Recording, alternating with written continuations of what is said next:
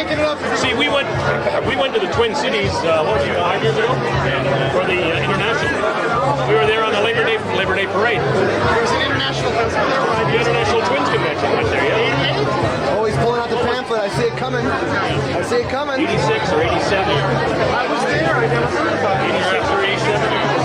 Applications to go on the what is it now? Memphis International Twins Labor Day weekend 1993. Prime Rib dinner on a cruise. Dinner cruise. On the Mississippi River, Memphis Queen. $45 a person. That's what it is. And every year. This has been going since 1934.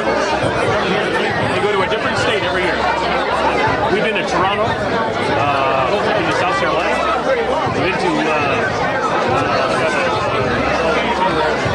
Denver, Colorado, Long Beach, California.